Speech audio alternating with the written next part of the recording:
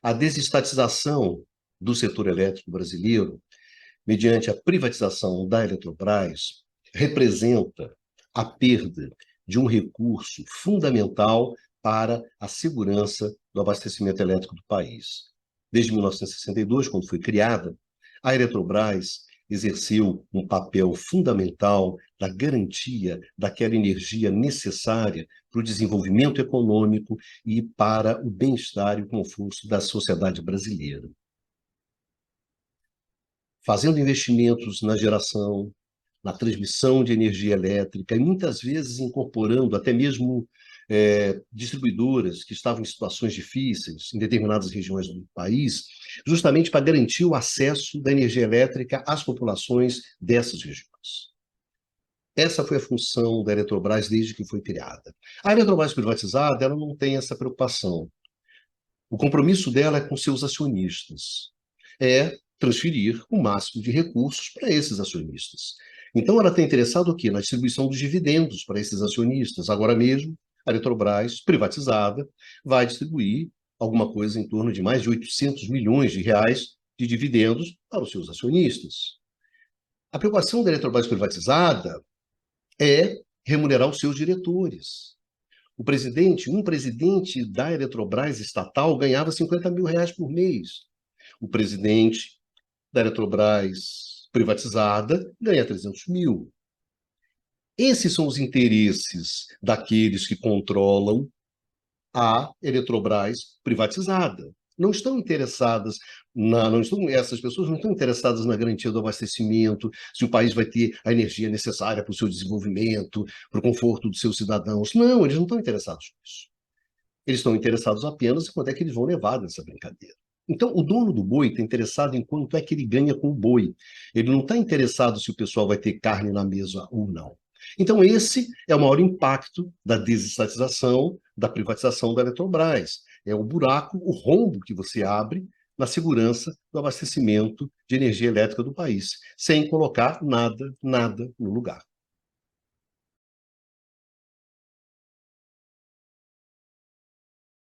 A privatização da Eletrobras, ela é cheia de irregularidades, de ilegalidades e de absurdos. Um desses absurdos está sendo justamente questionado pela AGU junto ao Supremo Tribunal Federal. A Eletrobras, o Estado hoje, ele detém 42% das ações ordinárias, das ações nominais da Eletrobras. Essas ações, elas te dão o direito de participar do controle da companhia, de decidir os rumos da companhia.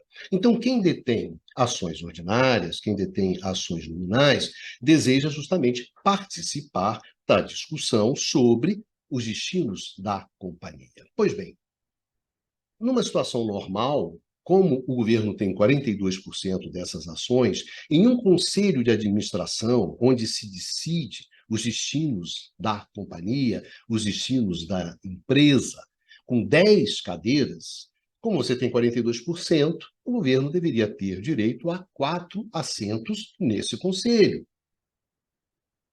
porque tem 42% das ações ordinárias. No entanto, não é isso que acontece. O governo só tem direito a uma cadeira, e não 4 das 10, mas uma cadeira das 10. Isso significa que 32% dos votos desaparecem, 32% das ações viram pó. Porque, embora tenha 42%, o governo tem que operar como se ele tivesse apenas 10%. E 32%, meus amigos, é um terço das ações. Então, uma pessoa racional vai comprar 42% das ações ordinárias para ter direito apenas a 10% desses 42%. Isso é uma coisa completamente idiota, isso é uma coisa completamente estúpida. Tanto é que quem tem mais ações depois do governo são alguns fundos estrangeiros que têm 5%, 6%. Para que o cara vai ter mais de 10%? Então, o governo hoje, nessa situação, ele faz papel de otário, faz o papel daquele cara que é bobão. Ele tem 42%, mas ele só pode 10%. Mas, na verdade, não é o governo que faz papel de otário. Quem faz papel de otário somos nós, os contribuintes, que, ao fim e ao cabo, somos donos dessas ações. Então, nós temos 42% das ações da Eletrobras, mas só podemos apitar em 10%. Então, evidentemente que isso não é correto, isso é uma aberração. Então, se você queria que fosse uma corporação, que fosse dessa maneira, ué, por que então o governo não ficou só com 10% e vendeu os outros 32%? Sabe por que não fez isso? Porque se o governo fosse vender esses 3%, ia ficar mais caro quem está comprando o controle.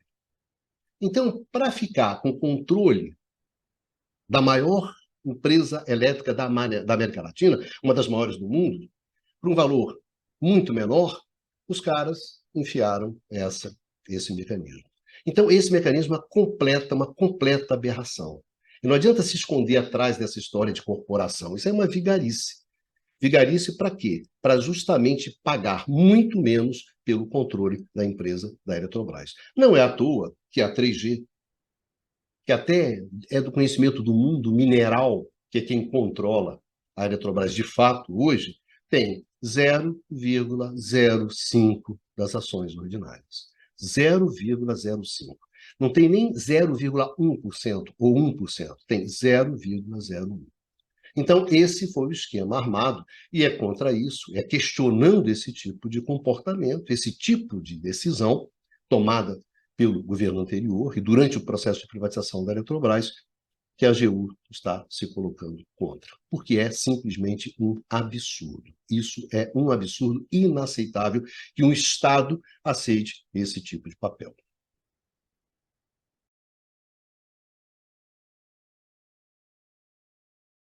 Não há nada que impeça que aconteça na Eletrobras aquilo que aconteceu nas lojas americanas. As lojas americanas eram controladas por um grupo no qual você reunia a fina flor do mercado financeiro brasileiro, dos empreendedores brasileiros. As ações das lojas americanas eram negociadas na bolsa e apareciam numa lista, uma lista top, onde se encontravam aquelas empresas mais bem administradas, mais transparentes, mais sensíveis à governança corporativa. E nada disso impediu que acontecesse nas lojas americanas o que aconteceu. Então, na medida em que o grupo, que tem um peso muito grande na gestão da Eletrobras hoje, é o mesmo grupo que controla e que controlava as americanas, então não há nada que faça com que a gente pense que é impossível acontecer na Eletrobras o que aconteceu nas lojas americanas. Mas esse não é o maior problema. O maior problema é que um grupo como esse, extremamente agressivo, e que aplica uma estratégia financeira extremamente agressiva na Eletrobras, tem implicações dramáticas no setor elétrico brasileiro. Por quê? Porque essa estratégia financeira extremamente agressiva simplesmente detona, implode a Eletrobras como esse sustentáculo, como esse pilar da segurança do abastecimento elétrico no país. Então, a questão mais importante não é a possibilidade da Eletrobras quebrar a partir do controle desse grupo. O que é mais importante é a possibilidade real e concreta desse grupo, dessa estratégia, implodir e quebrar o setor elétrico brasileiro. E simplesmente jogar para as calendas gregas a questão do abastecimento e da segurança energética do país. Isso que é importante e que é grave. E aqui também você não tem mecanismos hoje que impeçam essa implosão do setor elétrico brasileiro, principalmente se a gente tentar manter a estratégia que nós estamos aplicando desde 2016, de privatização e liberalização do mercado. Então, o grande risco é para o setor elétrico brasileiro. Não é simplesmente quebrar ou não quebrar a Eletrobras, como foi o caso das americanas.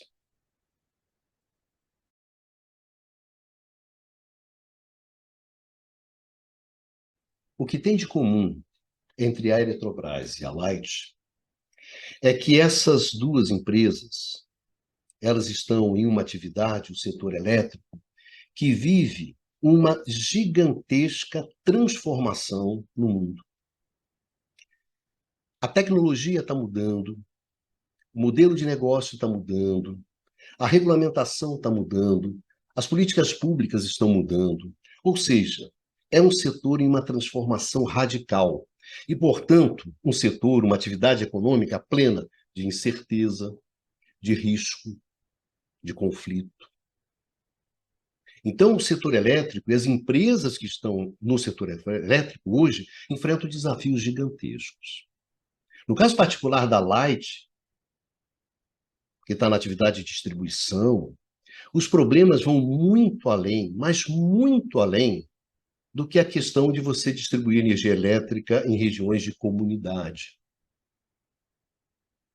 Distribuição é a atividade mais afetada por essas transformações. Ninguém tem a menor ideia de como vai ficar essa atividade no futuro. Então, nós estamos falando sobre problemas gigantescos, sobre riscos, incertezas gigantescas, por conflitos dramáticos. É tão difícil o momento do setor elétrico no mundo que exatamente nesse momento a França acabou de reestatizar a sua empresa de energia elétrica. O governo francês acaba de retomar o controle de 100% da sua empresa elétrica. A EDF tirou as ações da bolsa. Ela é plenamente estatal. Por quê? Justamente para fazer face a esses desafios gigantescos que você tem no setor elétrico brasileiro, no setor elétrico no mundo hoje. No setor elétrico brasileiro, nós fizemos exatamente o contrário. Nós acabamos de abrir mão do controle da nossa empresa estatal, da nossa maior empresa de energia elétrica. E por quê? Porque no caso francês, você tem uma agenda de segurança energética. Aqui a preocupação é em garantir aquela energia que a França precisa, que a economia francesa precisa, que a sociedade francesa precisa. E no nosso caso, o que nós temos é uma agenda de negócios.